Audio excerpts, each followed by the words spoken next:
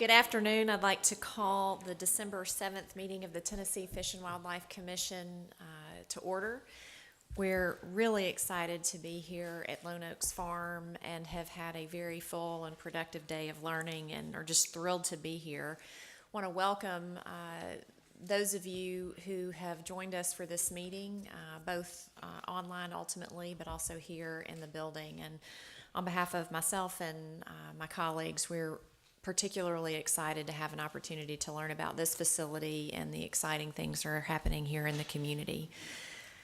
Does anybody have any announcements or recognitions that they would like to make? Great. We certainly want to thank Representative Gant, Vaughn, and Shaw for participating in the groundbreaking earlier this morning. And before we get started with some impressive welcomes from leaders here in the community, I would like to ask Danette to call the roll. Chad Baker. Here. Tony Sanders. Here. Connie King. Here. Bill Cox. Here. Angie Box. Here. Dennis Gardner. Here. Bill Swan. Here.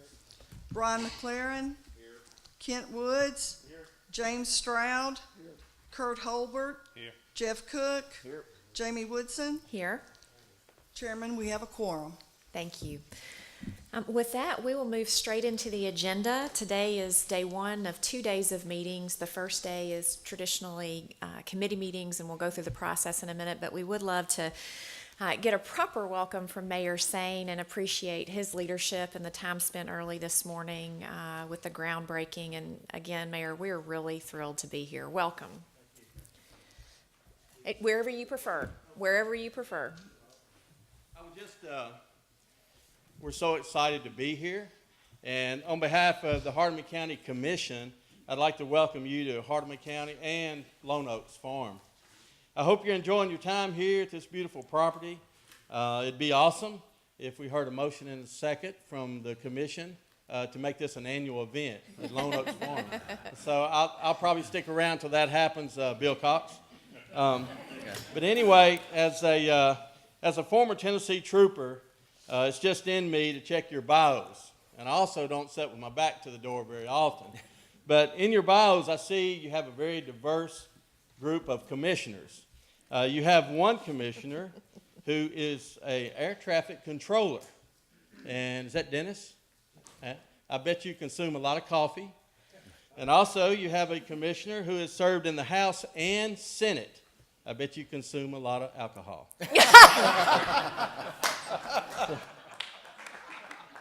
So anyway, but looking at your bios, I see that you all love the outdoors. So you fit in perfect here in Hardeman County. We're blessed with natural resources here, and we're developing those, focusing on outdoor sporting for our economic development. As you may be aware of, we are 1.5 or a year and a half into a 2 to 2.5 year permitting process on a 5,000-acre Bill Dance Lake. The Sparks Institute, the University of Memphis, did an economic impact update for us, and they're showing about 400,000 visitors to the lake annually and over $25 million in new revenue for the county, which is something that, if you can't tell, I'm very excited about that. And with Lone Oaks partnering with us and University of Tennessee and the lake, we got a lot of good things coming down the road for Hardeman County. So with that being said, I'm going to tell just a quick little hunting story, and then we'll be through. This story is about Ed Carter and Ben West. And so just north of here, I was deer hunting, and I walked down a logging road coming back to my truck. And I ran up on and passed Ben West and Ed Carter, and they're pulling a buck. They killed a big buck. And so I looked at them struggling, and I said, guys, I don't mean to tell you how to do something, but if you will pull from the opposite direction, the horns won't be jabbing in the ground. It'll be a whole lot easier on you. And so I went on about my way, and I looked back corner of my eye, and I could see that they stopped and was readjusting.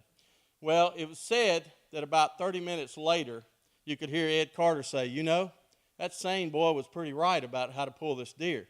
And then Ben said, yeah, it was a good thing. He was right. He said, but we're getting further and further away from the truck. I know, Ben, it'll take a while for that to sink in for you. But anyway, with that being said, welcome to Hardeman County. We appreciate y'all. Anything we can do for you while you're here, we'll be glad to do that. And we're so proud to host this commission meeting. Thank you so much. Thank you very much. Mayor, as we talked earlier, we don't have that many meetings in a year, but we want to make sure we have an opportunity to get into important areas of the state. And it was really important for us to be here, and it's really a treasure. I think it would be a wonderful thing if we came back much more frequently. Thank you very much, Mayor. With that, I'd like to recognize Director Ed Carter. Thank you. No joke, Ed.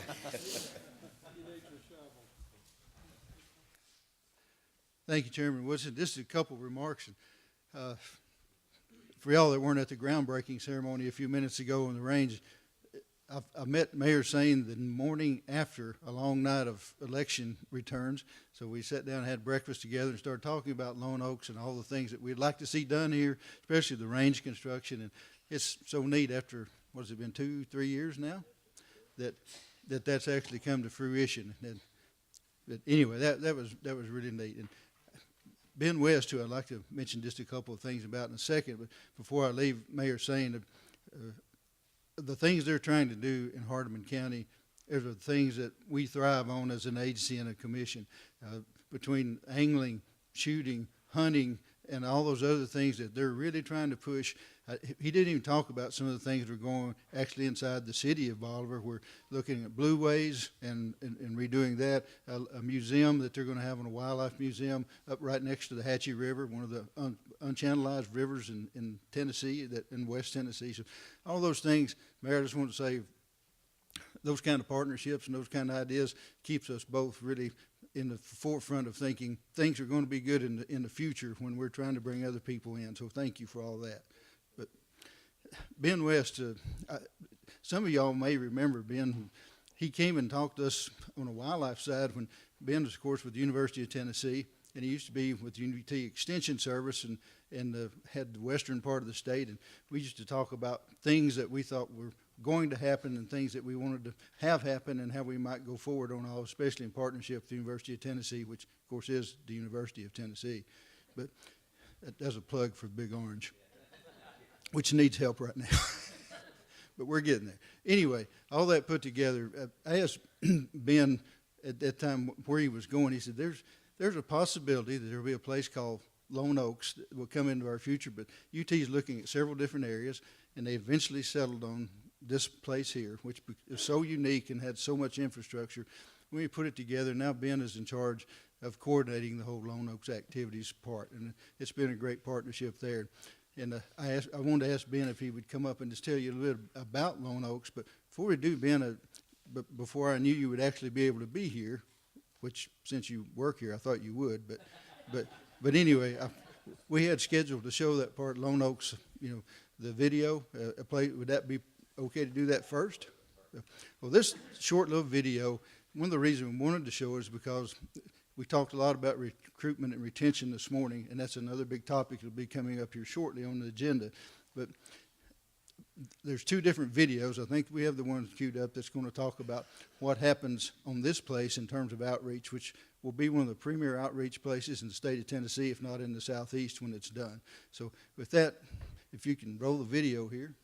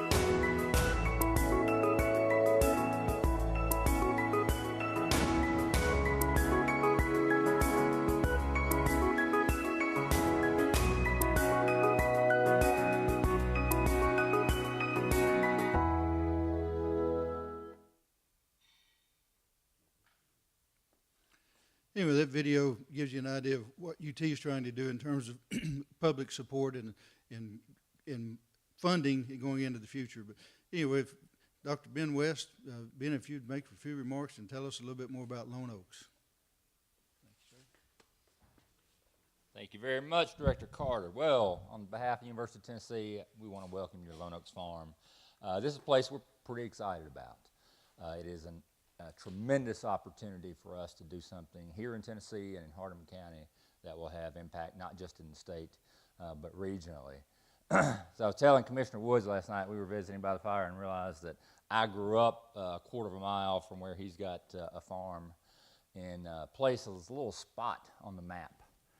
In fact, it's not a spot on most maps. You won't find it. It's a place called Husburg, Tennessee, in Humphreys County, right on the edge of Kentucky Lake.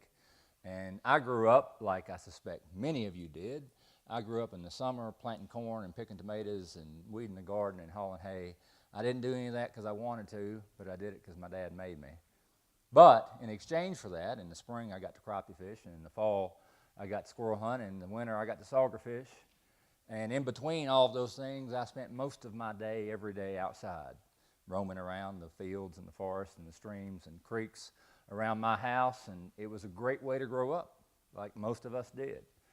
I learned independence, I learned how to explore, I learned how to hurt myself, but still live to tell about it. I learned how to appreciate the great outdoors and everything that's in it.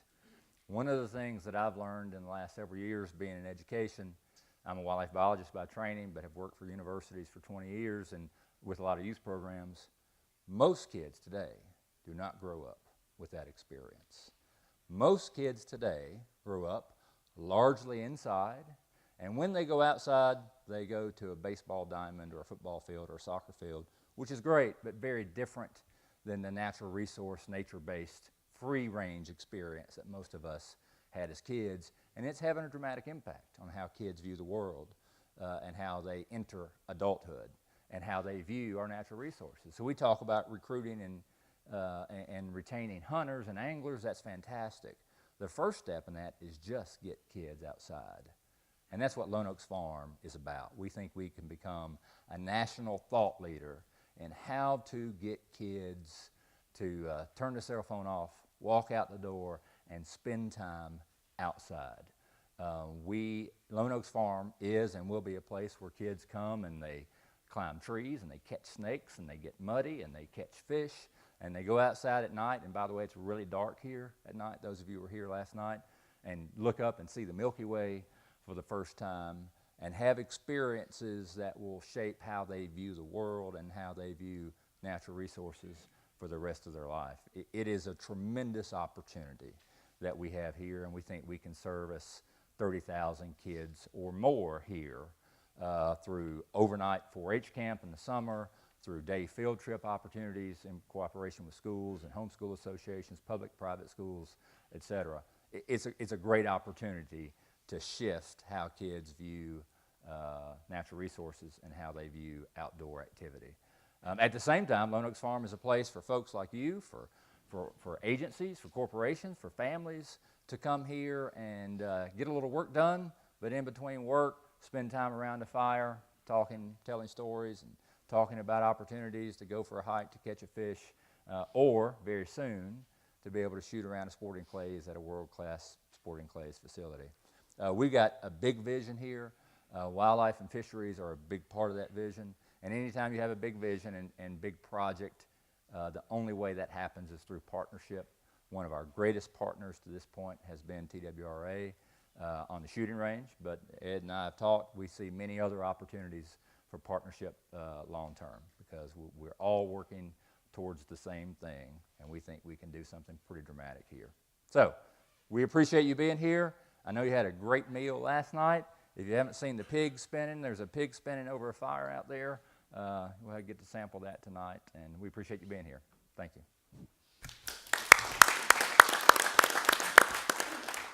Thank you, Dr. West. It really is a gift to be here, and I grew up just down the road in Shelby County when there was a between Collierville and Germantown, and I had the same experience that you did. When my father whistled, we could hear him about 2 miles away, and we knew we had about 5 minutes to get home at dark. And it was a gift to grow up that way. So this will be a very special place for current and future generations of Tennessee kids, and we're excited about it. So thank y'all. With that, we'll move into the committee portion of our day. And just to remind folks of process, if you wouldn't mind, please go ahead and put your cell phones on the silent mode. Any action that we'll be taking today will have an opportunity not only for members of the commission to ask questions, but also members of the public. 3-minute limit for our partners in the public. And we'll just give a reminder to be respectful of each other and the important folks who are going to share their opinions with us. With that, we'll go ahead and move in. I'd like to recognize Chairman Cox with the Retention and Recruitment Committee. Thank you, Madam Chairman. Director Carter.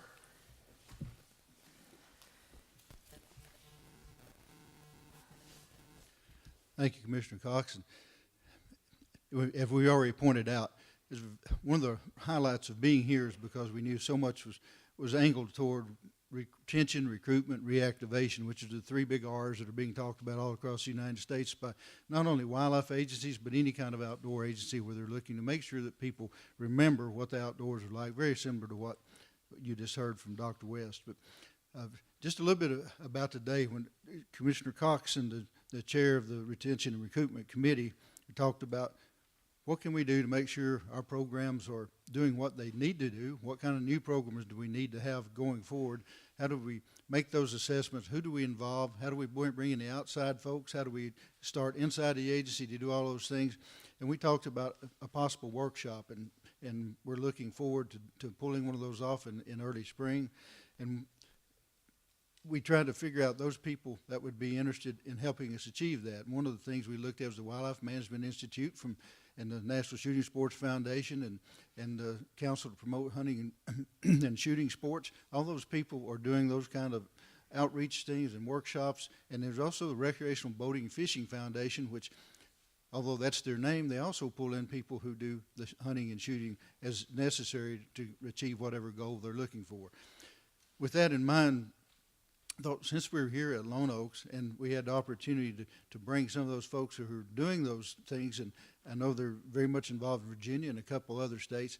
Dave Chanda is the vice president of the Recreational Boating and Fishing Foundation and is specifically in charge of the section of the Recreational Boating and Fishing Foundation that aims towards state governments and specifically wildlife agencies. Just a little bit about Dave. Dave is the former director of the Wildlife Department and part of the Department of Natural, Environmental Protection in New Jersey. And I met Dave before I ever became director, and then for the last several years we got to work together in that capacity. And then he went on to become the president of the Association of Fish and Wildlife Agencies. He has led that agency, our agency that we belong to, as a part of that state government through some pretty rocky times there with some things going on nationally on the administration side, but we got through all of those. And then Dave retired from New Jersey and to go into this role that he's in now. We're very fortunate he consented to come down and talk with us today and to give you a chance to meet him personally and to go through some of those things, just that he's doing other places and things he thinks we can do here. I will tell you that Dave is a consensus builder. When I was not the director, but more on the boating side of things, Dave and I met as a part of a committee because we had struggled for years to try to bring together funding aspects on a particular way of some of our federal funds come back. And lo and behold, after all those years and people saying it couldn't be done, it actually did happen, and it's still in place today. So that's the way Dave likes to work. I would just tell you anything that he tells you about me, I would take with a grain of salt. But in any case, Dave's been a great friend to us, and Dave, I just want to say thank you for being here and for what you're bringing forward, not only in Tennessee, but all these other places. And Dave's going to be able to be around tonight. He'll be able to join us socially as we have supper, and I'll give you a chance to talk with him individually, and I hope you'll do that because he has a wealth of information he can share. So with that, former director of New Jersey, Dave Chanda, while he's come up, I'll tell you that one of the unique things, I thought when I first met Dave, he'd talk like, hey, I know some people and I can do some things. I thought that's what I'd be up against, and I found out one of the biggest challenges he had was the number of bears that they had in New Jersey and trying to pull off a bear hunt when a lot of the people who live in very urban areas didn't want that to happen. So trial by fire, and this ought to be a lot less contentious, Dave, than what you've been through in the past.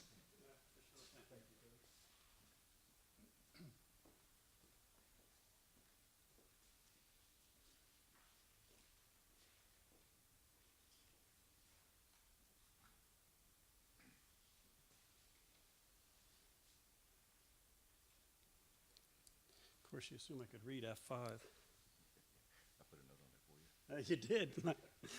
That's pretty funny. Well, thank you, folks, for having me down. And I do look forward to spending time with everybody even this evening in a more casual setting. I'm just going to take a few moments today to talk to you a little bit about our organization, what we do, about this whole R3 phenomena. I'm going to share with you some of the consumer trends we see that we're going to be facing down the road, and things that are happening with states that are trying to delve into this whole R3 challenge that we all face. And the folks at RBFF, we've had a great time having these conversations with Ed and his team. Bobby and Michael have been wonderful to work with. I took the opportunity at CFWA to get those folks together with Texas, because Texas is pretty far along in their plan, so that they were able to share ideas. And I think that's how states get a lot of really great work done. We don't need to reinvent the wheel. If somebody's doing something that was successful that we can learn from, that help us with our planning sessions. So I'm pretty sure they found that valuable, and we're going to continue to do what we can with that. And I will tell you, after spending 37 years with state government, 11 years as the director, to step into a role where my only job is to help grow boating and fishing participation. There's no politics. We're a nonprofit. I'm not allowed to go on the Hill and testify. No commissioners call me at 11 o'clock at night. No governor tells me I need something by 4 o'clock the next morning or 5 o'clock. It's wonderful. I truly enjoy it. So, and these folks always laugh. Ed mentioned black bear. Believe it or not, in the northern part of the state, in New Jersey, when I was the director, we had an unhunted black bear population. And we had a population of about 3,500 animals occupying habitat that should have only supported 1,200 animals. And it was a very contentious thing to implement a season. We finally now have that population under control. Unfortunately, we're going through a new election. We have a new governor coming in, and the rumor on the street is that he's going to shut our black bear season down. So I think I got out of Dodge just in time. So a little bit about the Recreational Boating and Fishing Foundation. Page down. Which one sends me down?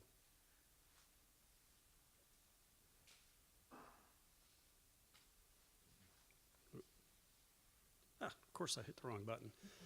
We have a real simple mission, and it's to grow boating and fishing participation throughout the country. And of course, what goes part and parcel with some of the work that we do is we're trying to impart a conservation ethic in the messages that we put out there. But every employee that we have, everything that they're doing, every day they show up at work, is to try and figure out how we can get more people in this country out enjoying fishing and out enjoying boating.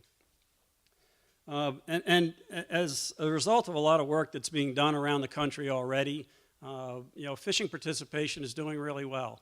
There are about 47 million people went fishing last year. That's pretty darn good. And if you look at the numbers, you had about 2.5 million first-time participants. One of the areas that RBFF is focused on is Hispanic outreach, and we saw an 11% increase in Hispanic fishing participation and a 3% increase in youth participation. All really, really good stuff. Now, the one thing I will tell you about, the statistics, the U.S. Fish and Wildlife Service, when they count anglers, it's licensed anglers, and it's 16 and above. So the U.S. Fish and Wildlife Service data would show there's 30 million anglers out there, but not everybody needs to buy a license. And when we do our work with the groups that help us with our research, we consider anglers 6 years and above. So, so that I don't want numbers to get confused, but just because a 6-year-old didn't buy a license, if they're out there fishing with mom and dad, in my book, they're an angler. And the same can be said for boating. Boating is doing really well. We had 142 million people go boating last year. That doesn't mean they bought boats, but they were on a boat. But just look at the numbers. You had a whole bunch of new participants. Again, the Hispanic population is joining in. 8.5 million youth out there on a boat for the first time. So there's a lot of interest in what we're doing on the angling side and on the boating side. I will tell you, if I'm talking a technique on something, everything that I talk about can be applied to hunting. The trends on hunting, the numbers are clearly more drastic. Hunting's declining right now. But the tools and techniques that we use, you could equally apply them to hunting. When I was a director of New Jersey Fish and Wildlife, I've always been associated with RBFF. I was on their board of directors, and I would utilize their marketing tools to grow participation in pheasant hunting in New Jersey, and it worked equally well. I think the bigger challenge hunting has is mentoring plays a much more important role in creating a new hunter than it does an angler. Certainly mentoring and angling is great, it's important, it'll create an angler, but I don't think it's as critical to create an angler as it is to create a new hunter or a new shooter. So the boating side is also doing equally well. And of course, the most recent statistics that were released from the U.S. Fish and Wildlife Service bear this out. Fishing participation is up by over 8% over the past 5 years, 20% over the last 10. And in fact, fishing participation is at its highest level since 1991. And I don't believe that happened by accident. Over the past 10 years, RBFF has been trying to work closely with states. States have recognized they're not the only game in town for somebody's recreational time, and states have implemented many different techniques to try and bring back and recruit and retain the anglers that they have. And I think you're just now starting to really realize the results of the great work that state agencies are doing across the country. But of course, I would point out that although we're doing really well, you can't take that for granted. This is a chart of license data trends from 1992 to 2012. And I'd just like you to watch what's happening as it moves across. And one of the things you're going to see is that the big bulk of those numbers in the middle are the baby boomers. And the baby boomers are now getting a little bit older. And when you get to the next 15 or 20 years, those baby boomers are going to age out of the population. They're not going to be fishing in the numbers that we have. And if you look to the far left of the screen, the youngsters are not coming into the sport at the same rate they were 15 and 20 years ago. So although we're enjoying great growth right now, if we don't do something different, if we don't do something to try and change that, if we don't have great places like this facility, I mean, congratulations, this is awesome. What an opportunity for the agency to partner with you. If we're not doing something to reverse that trend in 20 years, fishing license sales are going to be right where hunting license sales are right now. So, there are things that we can do. There are opportunities for us. And one of the things that our organization got involved in last year is we decided we've got 45 million anglers last year. Let's go after 60 million in 60 months. We're 1 year into the campaign. Many states have embraced this. They're all trying to do what they can to help grow the sport. Tennessee's all in. But there's no reason why we can't add another 13 million anglers over the next 4 more years of our 60 and 60 campaign. And this whole R3 process is the way we're all going to get there. Now, some of the things we do as an agency or as an organization is we develop material for states. We develop a whole array of photographs, radio PSAs, television PSAs. And before I even go further in the program, I'm going to share with you the particular PSA that we developed this year. Because as a former director, it is near and dear to my heart. And it is resonating all over the country. Our entire organization has about a $12 million budget, and within 5 months, we've already received almost $20 million worth of play of the PSA that I'm about to show you. And one of the interesting things about this is when people go into a store and they buy their fishing license, and if you ask them, what does your fishing license get you? A lot of our anglers say a bunch of regulations, where it allows me to catch a bass. And in 60 seconds, this PSA kind of lets somebody know exactly what their fishing license does. Thanks for buying a fishing license. What the? I know, but listen. I want you to picture all of the great things this simple purchase does. Like building public boat ramps, keeping local waters clean so families can fish and swim, and maintaining a healthy fish population. What's Mom doing? It also provides fishing education and activities for the kids, and funds long-term plans to protect our lakes and streams. Wow. Wow is right. Did you just Did he? When you buy a fishing license, you do a lot. Because every dollar from a license purchase protects and maintains your local waterways for future generations to enjoy. Learn more at takemefishing.org. So it might not have played exactly the way it does when it's on a television set, but you kind of get the idea that state agencies do an awful lot with the small amount of money that a person pays for an annual fishing license. And when we produce these things, they're available free to every state fish and wildlife agencies. The agencies are able to put their tag on it so that if it shows in their state, it comes up as the state agency that was putting it forward. And clearly it was one that we have an advertising firm, a marketing agency. When they developed this one, they seem to have hit a home run because it's outplaying anything that we've done over the past 10 years. So what do we see coming down the road? And I'll go through it quickly, but you heard it this morning. When it comes to all of our outdoor sports and our outdoor activities, if we don't get these kids involved in the sport while they're young, you're not going to get them. If you don't get a person fishing by the age of 18, it's not likely you're going to get them in the sport. And after the age of 35, it almost doesn't happen at all. And in the opening remarks, you also heard about the amount of youth that are spending time outdoors. And that's probably the most alarming statistic that you could ever take a look at, is that 60% of youth, kids 6 to 12 in 2014, weren't even involved in one outdoor activity. And that's something we have to work on, and we have to work on to correct it. And I remember when I was addressing the New Jersey Education Association, a survey that would be done, and it was a 6th grader that answered the survey.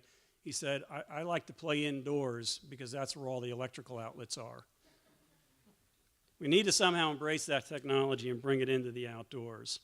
And of course, when you look at what gets people outdoors, certainly for the non-participants, they don't realize how social our activities are.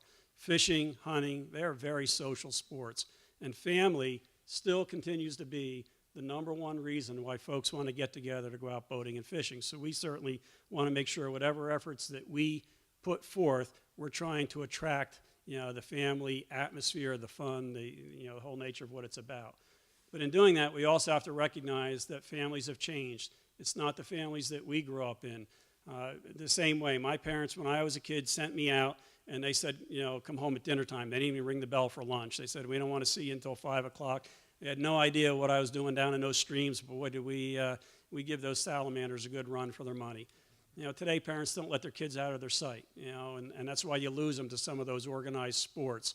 So we need to try and develop our activities based around that whole family atmosphere. It's going to be very important. And don't lose sight of the fact that we're seeing a growing participation of not only in the kids, but girls and women in the sport of fishing. They're a very important component of it. But what's interesting is that 45% of those new fishing participants are female. Almost 2/3 of them buy a license the first year and don't the second year.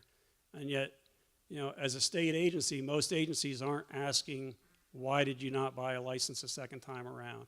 And that's what this whole R3 is about. It's, states treating R3 just like they do every other discipline, in their agency.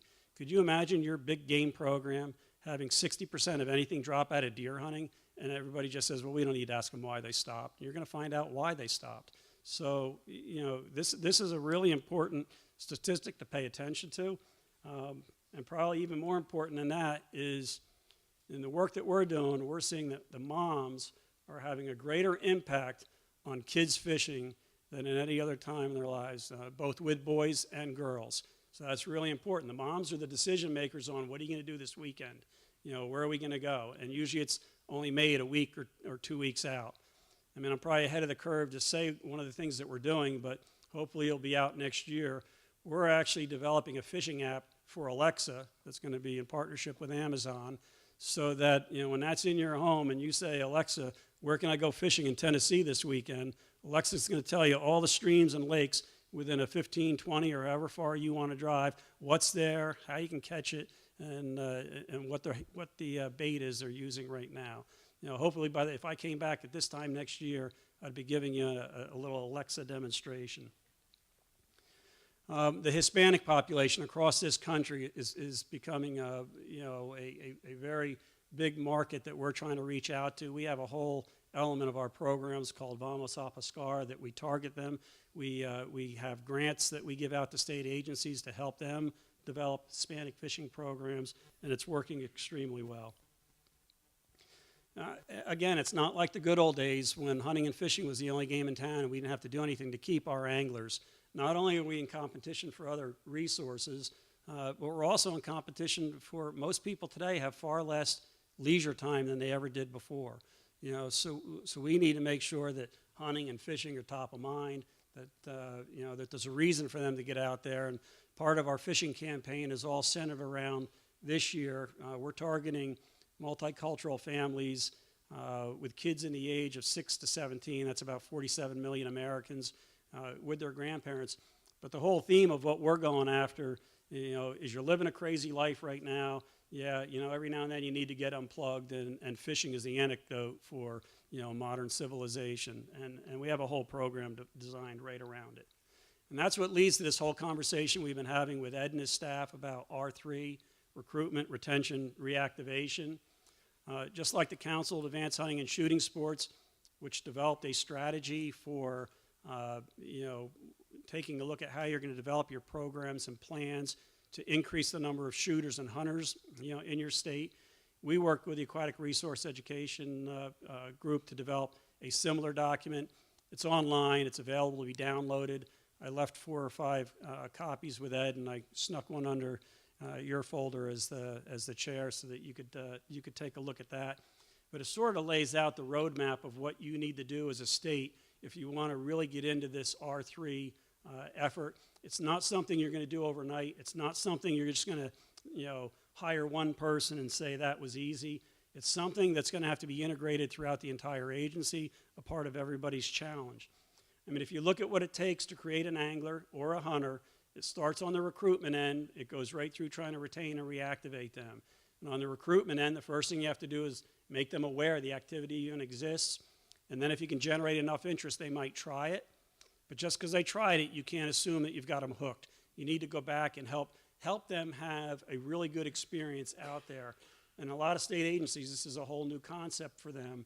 You know, this whole customer service, make sure it was a good event.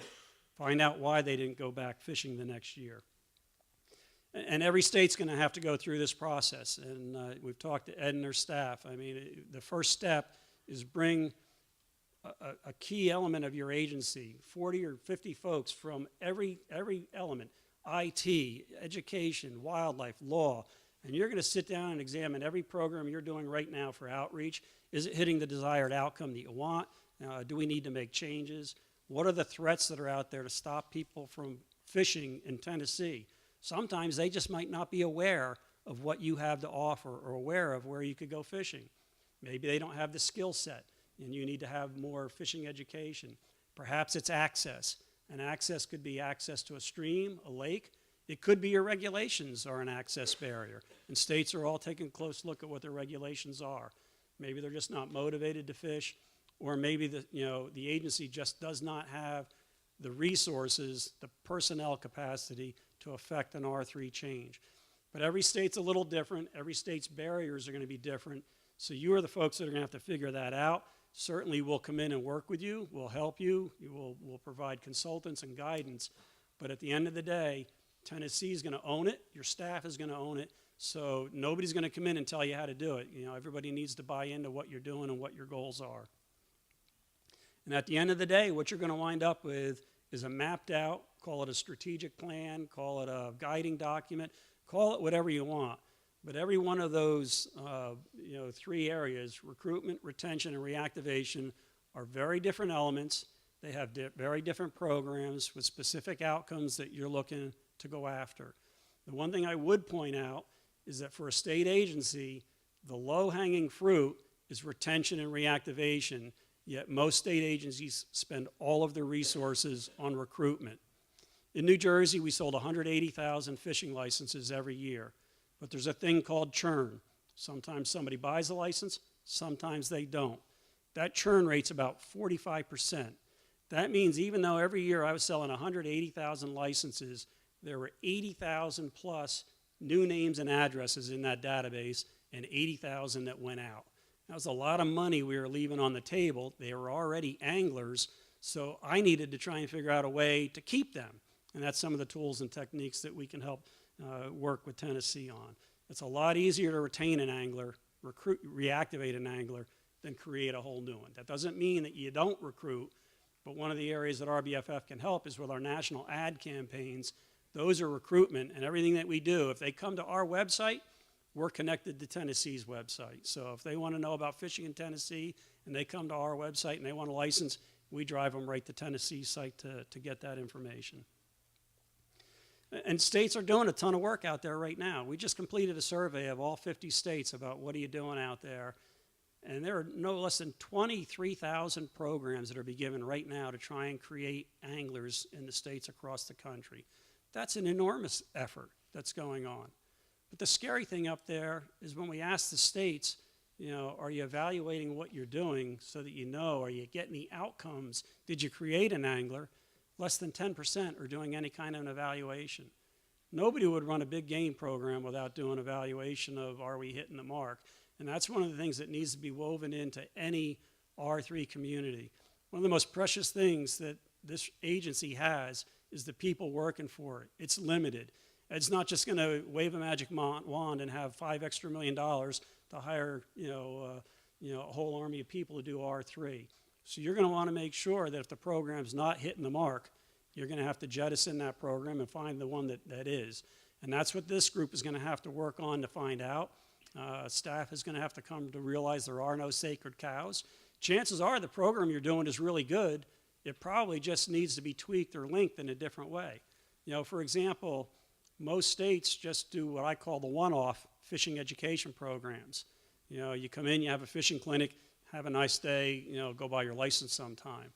We know from the research that's being done out there, if you don't give a youngster multiple touch points, you're not going to create an angler. The one and done might have created awareness, it might have stimulated a little bit interest somewhere else, but you've got to get them multiple times before you're really going to get them engaged in the sport. So maybe it's just a matter of looking at what they're doing fishing education-wise now and connecting that with some other touch points for, for their targeted groups. But it's all there for them. And we also have plenty of tools that are available for folks. We developed that planning document that I've left behind, which points to the importance of marketing. We put a worksheet in that for folks. We go out and work with state agencies one-on-one to kind of facilitate and guide the discussion, but the lion's share of the work is done on the state agencies themselves. We just kind of help keep them on track and focused. One of the things that when I came on with the agency, the first thing I realized is that we've been giving, and the Wildlife Management Institute has been giving a lot of workshops. It gets the state fired up. They get ready to do a plan, and then they sort of struggle and say, what next? Now, Wildlife Management Institute is only one group. RBFF is only one group. So we hired, right now it's just 3. I hope it to be more, but we've hired 3 consultants so that states that need help, whether it's with facilitating a workshop, whether it's writing the plan, we can utilize those consultants. And in fact, Florida just sent us their first crack at a fisheries R3 plan. And one of the things we put in the contract at the consultants is, on occasion, we're going to send you plans from state agencies, and we want you to provide a critique back to them. What did they miss? What should they think of? What else did they have? And as an agency, we're going to do the same thing. So, by the end of the month, we'll be returning Florida's R3 plan with thoughts that we think could help make it better.